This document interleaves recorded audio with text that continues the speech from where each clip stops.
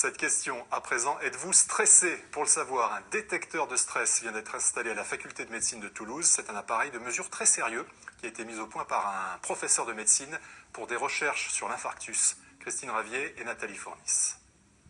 La température, la dilatation des pupilles, le rythme cardiaque, la sueur, il mesure tout simultanément. En quelques secondes, ce détecteur établit un bilan de votre état de stress.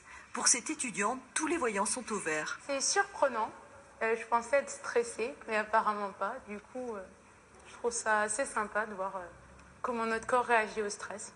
Après, on fait des études de médecine, du coup, c'est un peu notre... Oui, du coup, oui, c'est bien placé dans une fac de médecine. Ouais, voilà, c'est au bon endroit, je pense. Ce détecteur a été installé à la fac de médecine de Toulouse pour être testé à grande échelle. Le service de cardiologie de Rangueil compte ainsi obtenir des données objectives sur le patient, ce qui n'est pas forcément le cas actuellement. On a des questionnaires types pour évaluer l'anxiété et le stress, mais c'est quand même un échange entre le patient et le médecin, où le médecin est quand même en position de force et donc risque d'influencer les réponses. Bonjour, bonjour, bonjour. On va aller dans la pièce d'à côté si vous voulez. 80% des infarctus ont des origines connues. Tabac, hypertension, cholestérol.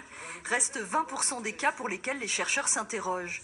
Le stress, quand il est chronique, pourrait être un facteur déterminant. Si on est à nouveau sinusal, les patients nous disent souvent j'ai eu 20 de tension. On dit ben oui, c'était ponctuel.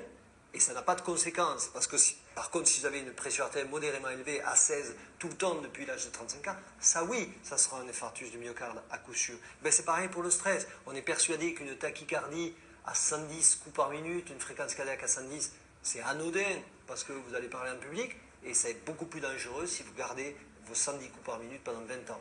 Mais on n'a pas vraiment de preuve que le stress chronique a des conséquences sur le plan cardiaque. Cette machine pourrait permettre d'avoir enfin des certitudes.